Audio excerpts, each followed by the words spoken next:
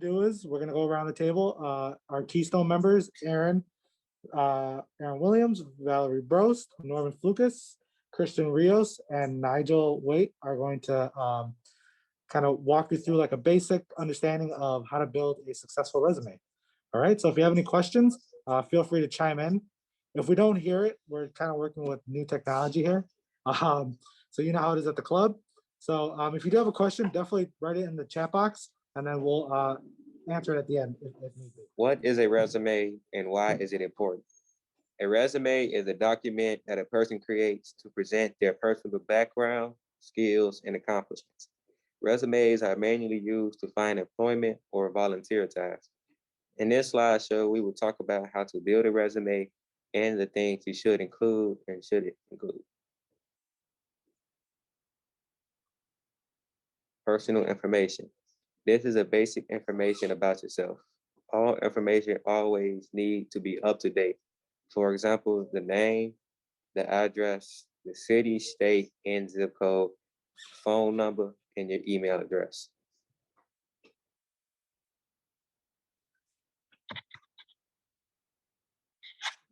Pass it on to Aaron. Okay, so this always goes at the very top of your resume. Every first letter must be capitalized. It's way more professional. I'll pass this on to Val. A professional summary / profile. This summary should tell your interviewer what your characteristics are and to set a tone for your presentation about yourself in about 3 to 4 sentences. For example, I want to apply to be an accountant. I am very trustworthy and have a very organized lifestyle. Having experience in this field has given me opportunities to grow and be optimistic about, etc., what you're going to be applying for that job.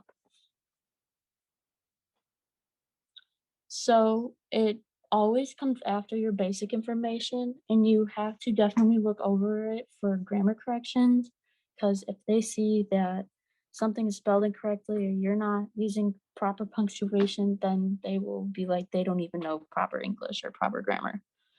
And don't make it too long because it's not an essay, it's a summary. So your maximum should be 5 to 6 sentences around there. And I will now pass it on to Christian. Education. This area has to touch on your school life, your state, your school, diploma, rank, if required, GPA, and all club activities you ever participated in. For example, King College Prep. Put diploma here if you have one, cumulative GPA, club activities, ambassador club, fashion club, student government.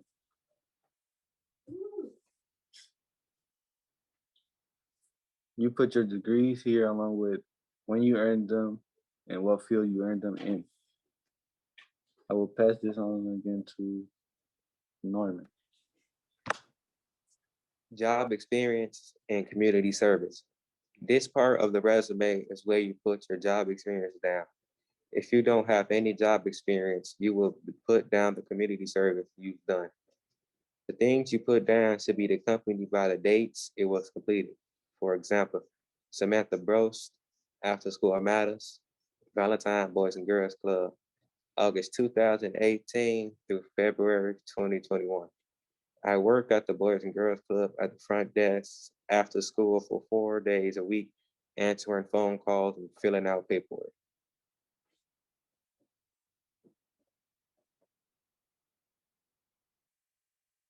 This is where the job plus the description of what you did will go and look like. You should describe the responsibilities and put the dates of completion. Depends on if you did job experience or community service. Now, let Aaron speak.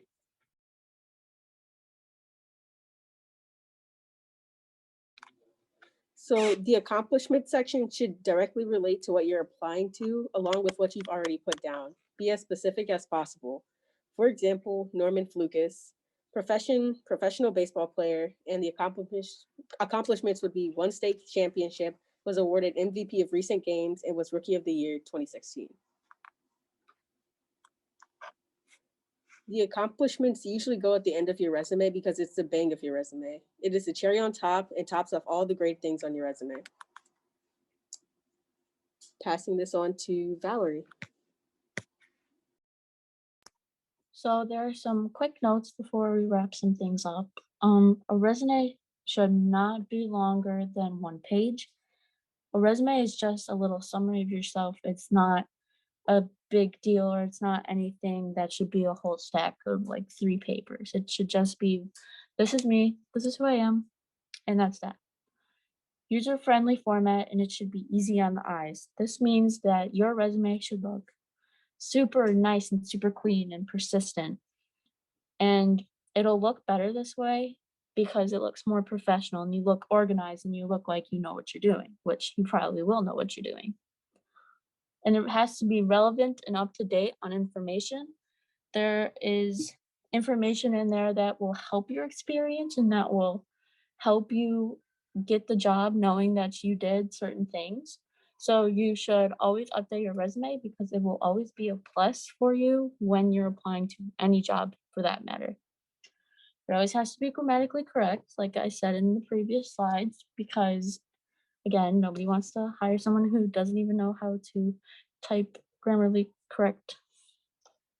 Use Google for templates because they have very great templates and they're very, I wouldn't say bubbly or like, they're very professional and they have different formats, which makes it nice to switch it up. Always use a professional email because people don't want to see somebody who doesn't have their name in it because they will not know who you are. I would also like to add for quick notes, depending on what job you're going to apply for, the sections may vary. So maybe you'll put the education under accomplishments. It depends what you're applying for, and it depends what they're really looking for in your experience. So now I will pass it on to John. All right, thank you. So Abigail, so that's pretty much it. Kind of just some basic tips and tricks to successfully build a resume from the ground up. Everyone really made good points.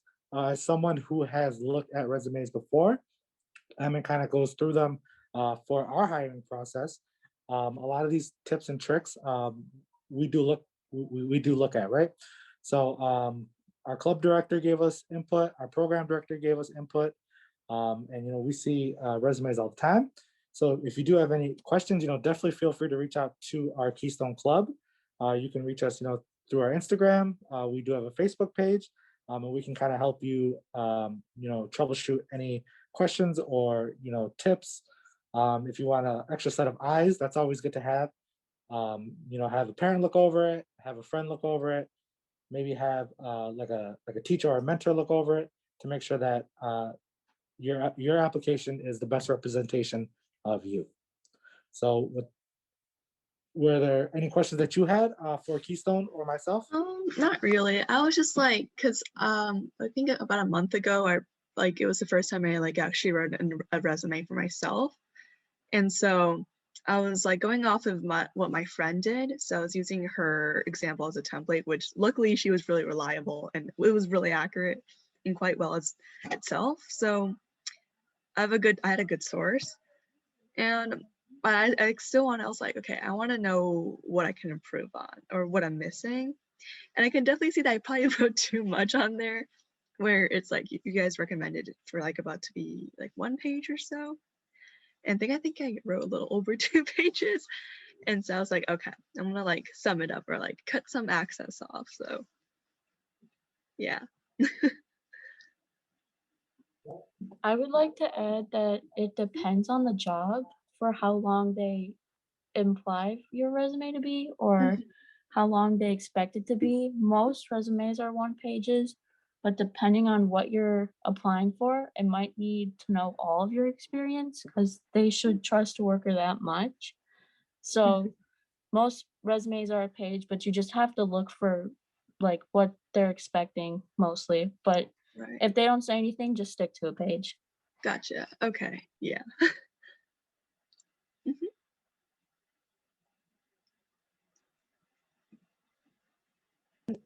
Yeah, so just to elaborate on a point really quickly, usually what happens is you go through a resume, and if it looks like a well-written resume, like someone knows what they're doing, it'll go into the good pile, right? And then from there, you kind of do a quick skim to make sure that they do have they do have some qualifications for the position that you're trying to apply for and hire for. And if it's 13 pages and you keep flipping, right? The person may have 100 resumes. They may just put it to the side, and you may not get the the chance to interview for the job that you want. But yeah, just simple, and Mhm. just make it interesting, make it yours.